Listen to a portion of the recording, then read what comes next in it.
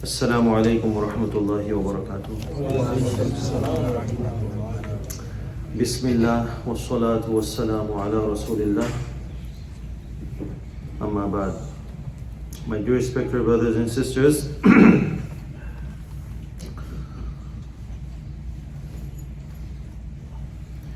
if we notice, we are called ummah, right? Ummat. We call ummat or ummah. This word comes from means mother. So we call ummah. Allama ibn al-Qayyim rahimahullah, he says that woman gave the half of the birth to this ummah. Woman is one half and the other half is the ummah. Woman is one half and the other half is the ummah, so they are the whole ummah. It's an amazing quote of Allama ibn al-Qayyim rahimahullah, very deep. A woman, a mother, today I'm going to talk about in general, a woman.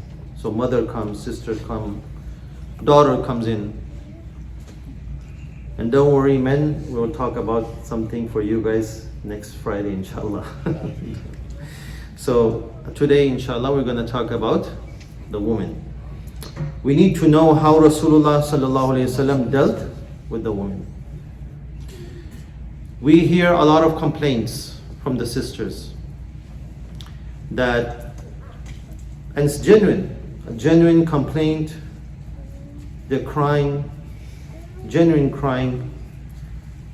distress, that my husband treats me like this, they treat me like that, they abuse me, he abuses me, he mistreats me.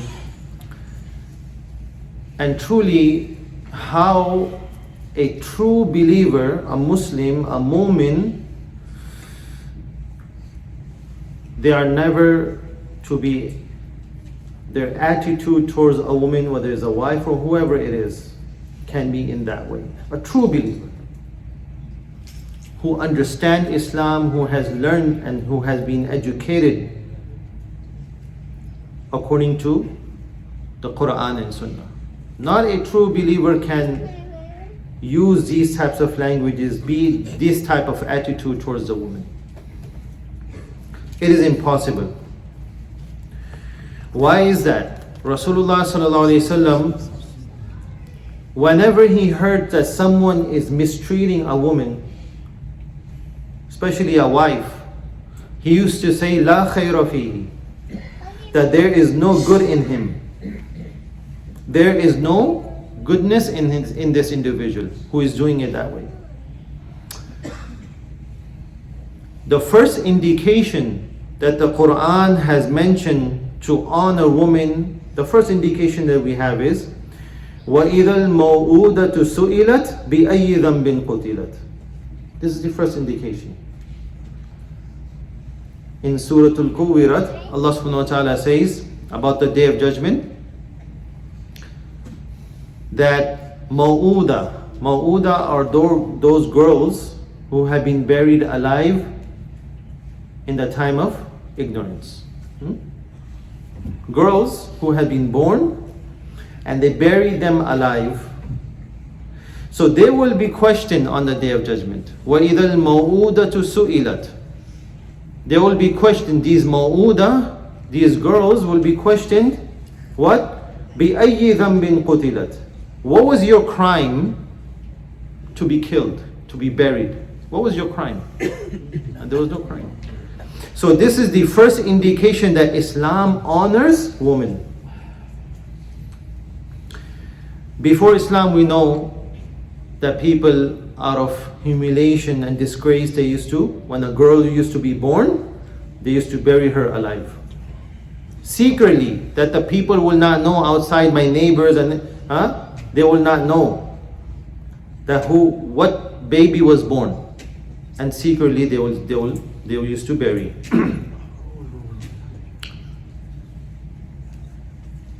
Their heads used to go in shame down that a baby girl has been born. And still, unfortunately, following the time of ignorance, people do not want to share any type of inheritance with them. Still now in this day and age. I'm not talking about other religion, I'm talking about Muslims, so-called Muslims. Don't give share to their sisters, don't give share to their daughters, don't give share to their sometimes spouses. In Surah An-Nisa, in Surah Al-Ahzab, Allah honored them and gave a whole surah and the name of Nisa, woman. Beautiful. And in that surah, there's so many. Allah mentioned about the rights of women in the surah. Allah mentioned in Surah An-Nisa that in ibadah, in worship, men and women are equal. Men and women are equal in worship. It is not that men, when they're going to pray, they'll get more reward and women will get less. No. It is all about the intention. It is all about the sincerity. Whoever has the good intention, whoever had more sincerity and more taqwa, will get the reward. There is no doubt about that. So Allah mentions this in equality, men in worship of Allah subhanahu wa ta'ala, men and women are equal. But not equal in rank. What does that mean? الرِّجَالُ قَوَّامُونَ عَلَى النِّسَاءِ. Allah mentions it very clearly. That the men are qawwamun upon the women. Qawwamun, ulama mentions, responsible for the women. They're responsible for their financial situation. They're responsible for their safety. They're responsible for their protection. It is wajib upon the husband to take care of her food, to take care of her clothing, to take care of her housing. It is not upon the woman to take care of the husband like that. We are equal in ibadah, but in darajah, it's our responsibility to take care of them. And on top of that, Allah raised her 3 times higher than the father. A man came to Rasulullah sallallahu alaihi wasallam and he said, Ya Rasulullah, who is more deserving of my kindness? Rasulullah sallallahu alaihi wasallam said, your mother. Then whom? Your mother. Then whom? Your mother. Then whom? Your father. Ulama mentioned why Rasulullah sallallahu alaihi wasallam mentioned 3 times your mother, your mother, your mother, and then in the end your father. Ulama says, number 1, the mother carries the baby for 9 months at least. Number 2, she gives birth to the baby. That's another thing. And number 3, she feeds the baby with the fruit of her heart. The milk. That's the fruit of her heart. No one is allowed. How many rights a husband has? We all know this. How much intimate a husband can become with his wife. But only the baby can drink the milk. So Rasulullah sallallahu alaihi wasallam gave more rights of a mother, of a woman, than the father. Ibn Umar radiallahu anhuma, it is mentioned about him. He said, I have paid my debt to my mom, to my mother. I paid the debt. Whatever she has done, I have paid. By the way, it comes in the hadith that you can pay the debt of your father. How? If he's a slave, in those days. No. If your father is a slave and you pay him out to be free, you pay your debt. But for the mother, he said, I have paid my debt of my mother. So Rasulullah sallallahu alaihi wasallam, he said, Ibn Umar, how? How did you pay? He said, I carried my mother on my shoulders and I did all the Hajj. I completed the Hajj and she was on my shoulder. I did Umrah, I did Sa'i, I went Arafat, Mina, Muzdalifah, all this. I paid my debt. So Rasulullah sallallahu alaihi wasallam said, no, you haven't. No, you haven't. Not even one labor pain that she gone through, you did not pay her. That one labor pain, that minor pain that she had, I'm not going to say minor, but the beginning of it, not even that pain you have paid off.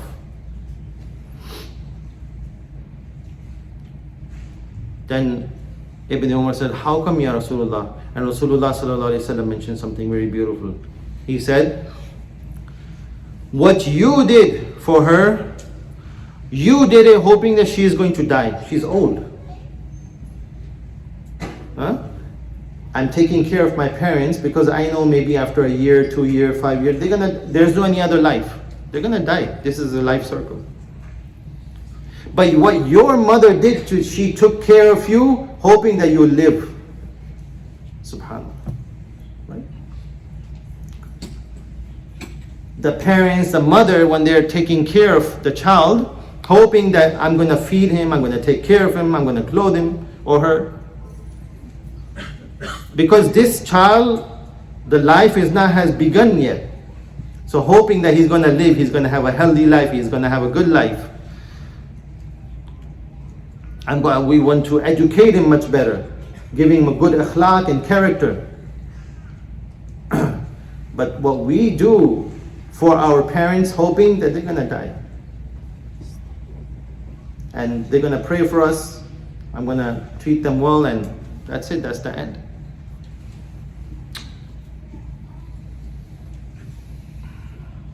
A man came and said, I want to perform jihad with you, Ya Rasulullah. Rasulullah sallallahu alaihi wasallam said, are your parents alive? And in another narration he said, is your mother alive?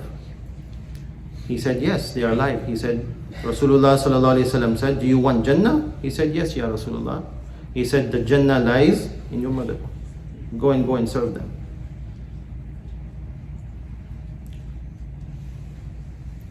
Hazrat Umar radiallahu anhu. We all know Umar radiallahu anhu. When he was the Khalifa, a man came to him. He had some issue with his wife. Came to the door of Umar. Now what? We came near and then he's listening that there's an argument going on with Umar and his wife. So he said, I came to talk to my situation with my wife, and he's going through the same thing. So he was leaving, he was going back. So Umar radiallahu anhu, he saw that, he came out and he said, Ya hada, come here, come back. He said, you're here for something? He said, yes, but it's okay, it doesn't matter, it's alright. I don't want to bother you. So Umar radiallahu anhu understood. He said that she cooks for me, she takes care of me, she takes care of my wife, she takes care of my children, she takes care of my house. So should I not be patient with her? Look at the answer of Khalifa Umar radiallahu anhu. Everyone goes through these situations at home. Even the prophets go through it. Right? But the respect, even look at the life of Rasulullah sallallahu alaihi wasallam. You will not see and one incident that he screamed at his wives. He was abusive towards his wife. You will not see one incident. Who can be more man than Umar? Who can be a more man than Rasulullah sallallahu alaihi wasallam? But being a man, we think that shouting and screaming and this is what manhood is. But it is the opposite. It's a sign of a coward person.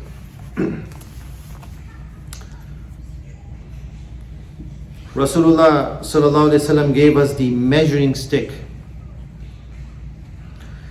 Rasulullah sallallahu alaihi wasallam said, "Khayrukum," best of you among the men, best of you among is. He did not say who prays Qiyamul Layl, who prays Tahajjud, who recites the Quran, who's 5-time daily prayers with Jama'at, and no. He said, "Khayrukum," the best among you is khayrukum li ahli, who is best with their family members, with ahl, and ahl referring to wives, spouses. And then he led by example and he said, "Wa ana khayrukum li ahli," and I'm best from my wife, my family. I show respect to them, I show honor to them. And I am the best to my family. And as I said, the general meaning of ahl is family and specific to wives. He gave us this measuring stick. You know, we can be very popular in our friends. We can dine with them, we can play with them, we can do a lot of things with them. But we can joke with them. And by the way, Rasulullah sallallahu alaihi wasallam did play with his wives, did joke with them, did have a good time with them. But we might be popular with our friends, with our people who come to the masjid. We might be popular. Oh, what a great guy this is. What a great this person, all good character. But when he goes to home, he's the opposite. So if he's the opposite, la khayra fihi, there is no khair and there is no good in that person. Because you can fool everybody, but you cannot fool your wife.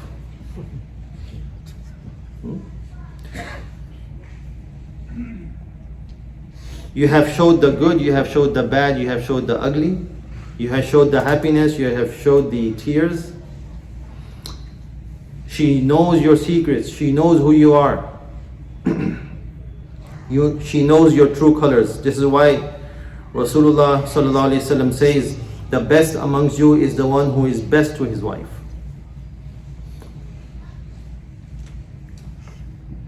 Rasulullah sallallahu alaihi wasallam used to call Aisha radiallahu anha, Ya Humayra. So, you know, it's amazing. You know, these things were not left secret, only into the house. It has been open and very openly. The Ummahatul Mumineen used to tell the other Sahaba to tell their students. Rasulullah sallallahu alaihi wasallam used to call her Ya Humayra. Humayra, Humr, red. So she, Ummi Aisha radiallahu anha, she used to have reddish cheeks. Reddish cheeks. So Rasulullah sallallahu alaihi wasallam, out of love, used to call her Ya Humayra. Look at this beautiful relationship that they had. And if we want to call our wife, and we get, it is very difficult to come out, the words come out from our mouth. We're stingy in this. You say Ya Humayra, Ya Aish, Aisha, Ya Aish. So do we have these kind of nicknames of our wives? Or maybe we have some type of a nicknames that taunt them. We should learn from the lives of our beloved Rasul sallallahu alaihi wasallam. There will be no any other example that we can get from anyone, from anywhere, except from the life of Rasulullah sallallahu alaihi wasallam, that how beautiful that your relationship should be with your spouses, with your daughters, with your mothers, with your sisters. Rasulullah sallallahu alaihi wasallam said, Ghaliban, it was about Hazrat Khadija radiallahu anha, that ruziqtu hubbaha, I was blessed by her love. Imagine if I say this to someone for my wife. Sitting somewhere, I say, ruziqtu hubbaha, I have been blessed with the love of my wife. People will say, are you crazy? Are you a ghulam of your wife? Yeah. But this is how Rasulullah sallallahu alaihi wasallam has taught us, because the best example that can be given, the best uswa of Rasulullah sallallahu alaihi wasallam is be open, be generous. Not only words, your actions of giving her love with the words. One word can relieve all the stress. One sentence can relieve everything. Imagine. May Allah subhanahu wa ta'ala give us the tawfiq. Wa akhiru da'wana alhamdulillahi rabbil alameen. Allah.